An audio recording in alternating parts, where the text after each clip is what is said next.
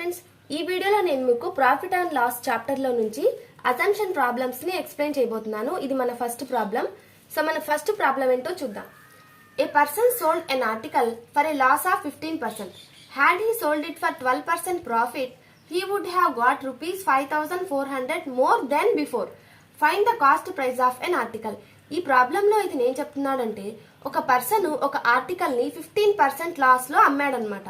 అయితే ఒకవేళ అతను 15% లాస్ కాకుండా 12% ప్రాఫిట్ లో అమ్ముంటే అతనికి 15% లాస్ లో అమ్మినప్పుడు వచ్చిన అమౌంట్ కంటే 12% ప్రాఫిట్ లో అమ్మినప్పుడు వచ్చిన అమౌంట్ 5400 రూపీస్ ఎక్కువ వచ్చుండేదన్నమాట. ఎక్కువ వచ్చుండేది అని అంటున్నాడు. అయితే కాస్ట్ ప్రైస్ ఎంత అని మనల్ని క్వశ్చన్ చేస్తున్నాడు. సో మనం కాస్ట్ ప్రైస్ ని ఆల్వేస్ 100% తీసుకుంటాం కాబట్టి ఇక్కడ ఫస్ట్ 15% లాస్ లో అమ్మాను అన్నాడు. అంటే 85%, 100 లో నుంచి 15 లెస్ చేస్తే 85% లో అమ్మాడు.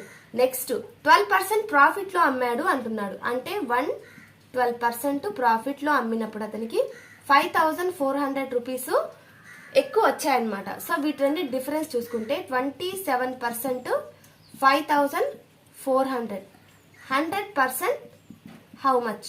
27 months 27 200s, that equal to 20,000. Cost price is equal to 20,000. Same problem ని మనం ఇంకో మెథడ్ లో కూడా చేయొచ్చు, అంటే ఇంకా ఈజీగా కూడా చేయొచ్చు.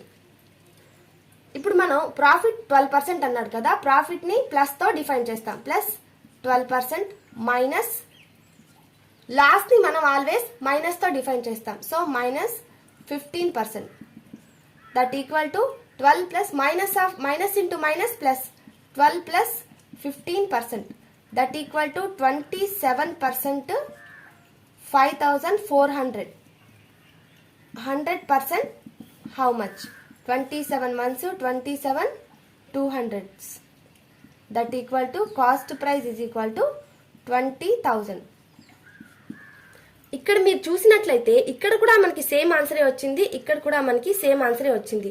మీరు ఎప్పుడైనా ఒక విషయం గుర్తుపెట్టుకోండి, ఎప్పుడైనా ప్రాబ్లంలో మనకి 2 ఆపోజిట్ టర్మ్స్ ఇచ్చాడు అంటే అది మైనస్ కాదు, ప్లస్ అవుతుంది. ఎందుకంటే minus into minus plus. So మనం ప్రాబ్లంలో ఎప్పుడైతే ఆపోజిట్ టర్మ్స్ ఉన్నాయో వాటి రెండింటిని మనం యాడ్ చేసుకోవాలి. అదే సేమ్ టర్మ్స్ ఉంటే అప్పుడు మనం సబ్ట్రాక్ట్ చేసుకోవాలి. ఇక్కడ మనకి ఆపోజిట్ టర్మ్స్ ఉన్నాయి కాబట్టి లాస్ ఇచ్చాడు, ప్రాఫిట్ ఇచ్చాడు కాబట్టి వీటి రెండింటిని మనం యాడ్ చేసుకోవాలి. 12% ప్రాఫిట్ కి minus of 15%. So minus into minus plus అవుతుంది. ఇక్కడ మనం ఇలాంటి ప్రాబ్లమ్స్ ఇచ్చినప్పుడు డైరెక్ట్ గా మనం ప్రాఫిట్ ఇచ్చాడా లాస్ ఇచ్చాడా చూసుకొని డైరెక్ట్ గా చూసుకొని మనం వేసేయచ్చు అనమాట. 15 plus 12 is equal to 27% something amount. So 100% how much? ఈ ప్రాసెస్ మొత్తం రాయాల్సిన అవసరం కూడా లేకుండా మనం డైరెక్ట్ గా ఆన్సర్ అనేది రాయొచ్చు. సో మీకు అర్థం అవడం కోసం ఇది మొత్తం ఎక్స్ప్లెయిన్ చేశాను. మీరు బాగా ప్రాక్టీస్ చేసినట్లయితే ఎగ్జామ్ లో మనకి క్వశ్చన్ చూడగానే ఇలా ఆన్సర్ చేసేయచ్చు. సో మనం సేమ్ మోడల్లో వేరే ఇంకొక ప్రాబ్లం చేద్దాము, మీకు ఇంకా బాగా అర్థం అవుతుంది. ఇది మన next problem. A person sold an article for 27% profit. Had he sold it for 23% loss, he would have got 333 less than before. Find the cost price of the article. ఒక పర్సన్ ఒక ఆర్టికల్ ని 27% profit లో అమ్మాడనమాట. ఒకవేళ అతను 23% loss లో అమ్మి ఉంటే అతనికి 333 రూపీస్ లెస్ దెన్ వచ్చింది, అంటే తక్కువ వచ్చిండేదనమాట. 27% లో అమ్మిన దానికంటే అతనికి 23% లో అమ్మినప్పుడు అతనికి 333 రూపీస్ తక్కువ వచ్చిండేవన్నమాట. అయితే కాస్ట్ ప్రైస్ ఎంత అని అడుగుతున్నాడు. సో అతను ప్రాఫిట్ ఎంత ఇచ్చాడో చూద్దాం. Profit percentage 27%, loss percentage 23%, that equal to రెండింటిని యాడ్ చేస్తే 50% మనకి ఎంత ఇచ్చాడు? 333 రూపీస్. అయితే 100% హౌ మచ్? మనకి కాస్ట్ ప్రైస్ కనుక్కోమన్నాడు. సో మనం 50 నుంచి 333 రూపీస్ కి క్యాన్సిల్ అయితే చేయలేం. ఇటు సైడ్ మనకి రిలేషన్ అనేది లేదు. బట్ ఇక్కడ చూసుకుంటే ఇక్కడ మనకి రిలేషన్ అనేది ఉంది. 51s 52s, that equal to 666 అనమాట. So cost price is equal to 666. మనకి ఇటు సైడ్ మనం క్యాన్సిల్ చేయలేము అనుకుంటే ఇలా అయినా మనం క్యాన్సిల్ చేసుకోవచ్చు. ఒకవేళ ఇలా కూడా క్యాన్సిల్ చేయలేము అనుకుంటే మనం క్రాస్ గా కూడా క్యాన్సిలేషన్ అనేది చేసుకోవచ్చు. సో మీకు ఈ మెథడ్ ప్రాబ్లమ్స్ అర్థమయ్యాయని అనుకుంటున్నాను. ఇప్పుడు మనం నెక్స్ట్ మెథడ్ లోకి వెళ్దాం. ఇది మన next problem. A person sold an article for 20% profit. Had he bought it for 10% less and sold it for 30% profit, he would have got rupees 36 less than before. Find the cost price of an article. ఈ ప్రాబ్లంలో ఏం చెప్తున్నాడంటే, ఒక person ఒక article ని 20% profit కి అమ్మాడు. ఒకవేళ అతను కొన్న దాంట్లోనే 10% తక్కువకి కొని ఉంటే మనం కాస్ట్ ప్రైస్ 100% అనుకుంటాం కదా. బట్ అతను 100% కాకుండా 10% తక్కువకి అంటే 90% కి కొని ఉంటే అండ్ అమ్మింది 30% ప్రాఫిట్ కి అతను అమ్ముంటే అతనికి ఫస్ట్ 100% కి కొని 20% ప్రాఫిట్ కి అమ్మిన దానికంటే ఇలా అమ్మినప్పుడు అతనికి 36 రూపీస్ తక్కువ వచ్చుండేవంట. అయితే కాస్ట్ ప్రైస్ ఎంత అని అడుగుతున్నాడు. సో మనం కాస్ట్ ప్రైస్ 100% అనుకుందాం. సో ఫస్ట్ 20% ప్రాఫిట్ కి అయితే అతను అమ్మాడు అంటున్నాడు, అంటే 120%. నెక్స్ట్ అతను కాస్ట్ ప్రైజే 10% తక్కువకి కొన్నాడు అంటున్నాడు. సో 100 లో 10% లెస్ అంటే 90%.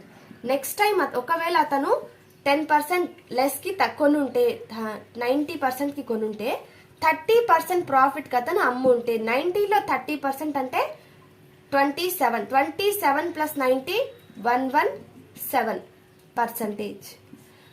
సో 120లో నుంచి 117 పోతే 3% వస్తుంది. 3% అతనికి 36 రూపీస్ తక్కువ వచ్చుండేవన్నమాట. 36 అయితే 100% హౌ మచ్ అతను కాస్ట్ ప్రైస్ కనుక్కోమన్నాడు కాబట్టి 3 1s 3 12s that equal to cost price is equal to 1200. This is the answer. Same model ని మనం ఇంకొక ప్రాబ్లం చెప్తాను, మీకు ఇంకా బాగా అర్థం అవుతుంది. ఇది మన next problem. A person sold an article for 35% profit. ఇది మన next problem. A person sold an article for 35% profit. Had he bought it for 20% less and sold it for 50% profit, he would have got rupees 75 rupees less than before. Find the cost price of an article. ఒక person ఒక article ని 35% profit కి అమ్మాడు. ఒకవేళ అతను కొన్నదే 20% తక్కువకి కొని 50% profit లో అమ్మినా కూడా అతనికి 75 రూపీస్ తక్కువే వస్తుందంట. అయితే కాస్ట్ ప్రైస్ ఎంత కనుక్కోమంటున్నాడు. సో కాస్ట్ ప్రైస్ ని మనం 100% అనుకుంటాం కాబట్టి 100% కి అతను కొన్నాడు, 35% ప్రాఫిట్ లో అమ్మాడు అంటే 135%.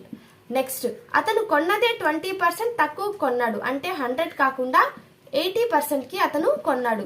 సో కొని 50% ప్రాఫిట్ లో అమ్మాడు. 80లో 50% అంటే 40 ప్లస్ 80 120%. సో 15% అతనికి 15% 75 రూపీస్. అయితే 100% how much? 15 1s 15 5s that equal to 500. Cost price is equal to 500. So ఈ మోడల్ కూడా మీకు అర్థమైంది అనుకుంటున్నాను. మీకు నా వీడియోస్ నచ్చితే లైక్ చేయడం మర్చిపోవద్దు and subscribe to my channel. Thanks for watching.